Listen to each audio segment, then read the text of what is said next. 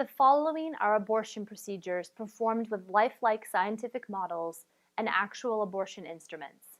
Though disturbing, it is extremely important for everyone everywhere to know what an actual abortion procedure entails, how its victim will die, and how a woman could be hurt by it. Please don't look away. Know that over 3,000 lives will be lost today in the United States alone from one of these abortion procedures. The first procedure that I'm going to demonstrate for you is the partial birth abortion procedure. Although this procedure is currently banned in the United States, other late-term abortion procedures are less well known to us, and they are as horrific as this abortion procedure, so it is important to know about how babies are being killed at this late stage of pregnancy. In a normal pregnancy, for the first half of the pregnancy, the baby is presenting head up inside the mother's body. But during the later half of a pregnancy, about the middle of the second trimester, the baby typically moves so it is head down, which is a safe delivery for the mother and baby.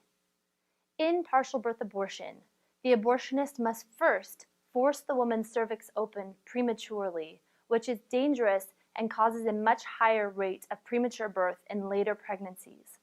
Then the abortionist reaches up inside the uterus and turns the baby so it is no longer head down, but head up. This is the breech position.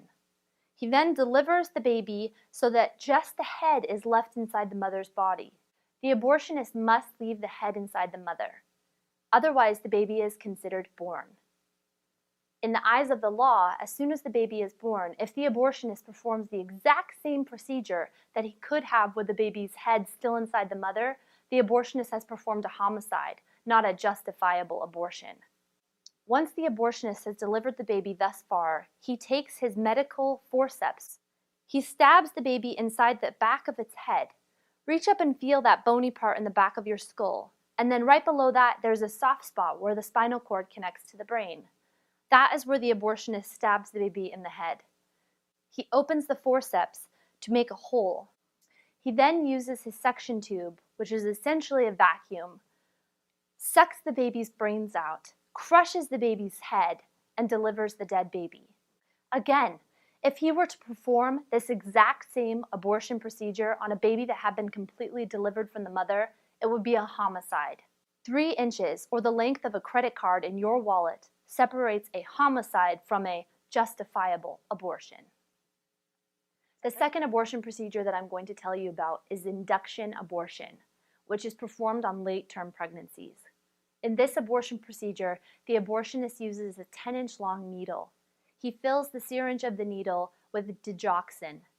He then takes the needle, inserts it through the mother's abdomen, and stabs the baby in its heart. He floods the baby's heart with digoxin, which causes a massive heart attack. Survivors of a heart attack tell us that heart attacks are both terrifying and extremely painful. The baby feels every bit of this as anesthesia is not administered. Up to 2 or 3 days later, the mother is induced and must go through the delivery process and delivers a dead baby. Dilation and evacuation is performed in the second trimester. In this abortion procedure, as with other late-term abortion procedures, the abortionist must first prematurely open the mother's cervix. After the abortionist has opened the cervix, he reaches inside the uterus with a pair of medical forceps. He then takes hold of the baby with his medical forceps and grabs pieces of the baby and rips apart the baby's skeleton, taking arms, legs, head, part of the body, and pulls them outside of the mother one by one. A nurse would stand by, reassemble the body like some sort of macabre jigsaw puzzle to make sure that no part of the baby was left inside the mother. If any part of the baby is left inside of the mother, this opens the mother up to dangerous infection because the baby is a completely different genetic material than herself.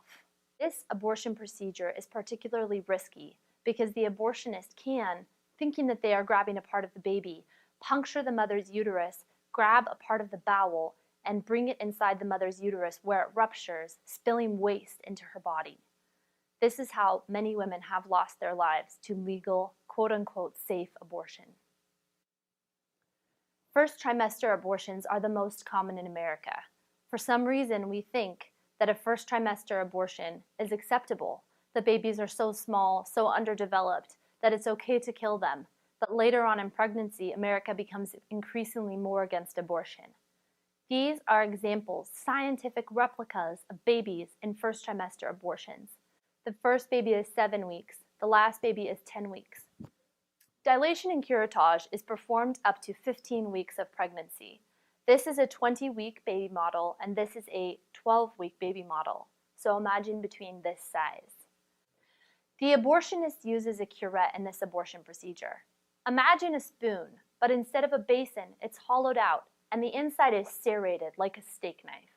The abortionist uses the curette by inserting it inside the mother's body and carving the baby into pieces, then using the spoon shape of the curette to scrape the baby outside the mother's body, where the baby is disposed of as waste. One of the most common abortion procedures in the United States is the vacuum aspiration abortion. The abortionist uses essentially a strong vacuum, reaches inside the uterus, vacuums the baby, the placenta, and all the contents of the womb out, where the baby typically can go down the sink or as medical waste. Chemical abortions are on the rise. Think of them as, horrifically, the fast food of the abortion industry. Abortionists can spend very little time with women, give them their abortion, and send them out the door. RU486 is currently responsible for the deaths of at least 14 women, as well as countless babies. RU486 is a 2-part drug cocktail. The first drug is called mifeprex. Mifeprex operates as a hormone blocker. Essentially what it does is tells the mother's brain, you aren't pregnant. Instead of the mother's brain telling the body, send nutrients, send support, take care of the baby growing in your womb, the brain says, we're not pregnant. All support is cut off to the baby. The baby starves for lack of care. Up to 2 days later, not in an abortion clinic, but at home, typically in her bathroom, the mother takes misoprostol, either vaginally or orally. Misoprostol is a labor induction drug. Misoprostol causes painful contractions for a woman whose body is not ready to go into labor. She has to go through the labor process and deliver a dead baby. Some women have said that they have even seen recognizable features of their baby in their toilet after an RU486 abortion. I highly suggest that you Google Holly Patterson. She died after taking RU486. She was told that she was going to have a safe abortion, that her accident would be wiped away, that her life would get back to normal. Instead, within a month after having her legal, quote-unquote, safe abortion, she was dead. It's time for women everywhere to know what abortion procedures actually do to their children, what actually happens in their body, the risks and complications of common abortion procedures. Our hope is that by knowing what abortion is, America will rise up and stop abortion. It's easy to think about abortion just being a choice. But what if it was a choice being made for you? Are one of these abortion procedures the way you would like to die?